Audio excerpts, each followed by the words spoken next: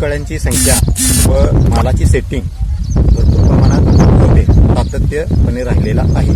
चालू होऊन 2 महिने पूर्ण झालेला आहे. 150 ते 250 किलो डेली माल निघतो. नमस्ते, मी प्रशांत राजगोंडा पाटील, नांदणी शेतकरी. हा काकडीचा प्लॉट देशी काकडीचे व्हरायटी आहे. ह्याला मी SP ऑर्गॅनिकवाला जीवामृत वापरलेले आहे.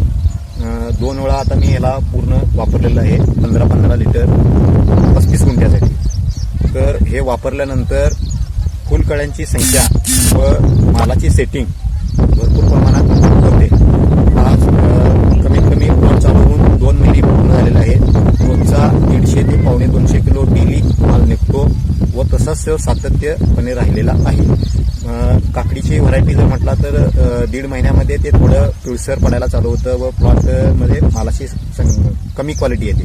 पण तसं काय अजूनही झालेलं नाही, अजूनही आहे तसं निघतं. व मी कारली दोडक्यासाठी व काकडीसाठी हा दोन्ही SP ऑर्गॅनिकवाला जीवामृत वापरलेला आहे व इन्स्टंट त्याला रिझल्ट पण आहे. आणि आता रासायनिक वापरून आपली शेती खराब होत चाललेली आहे.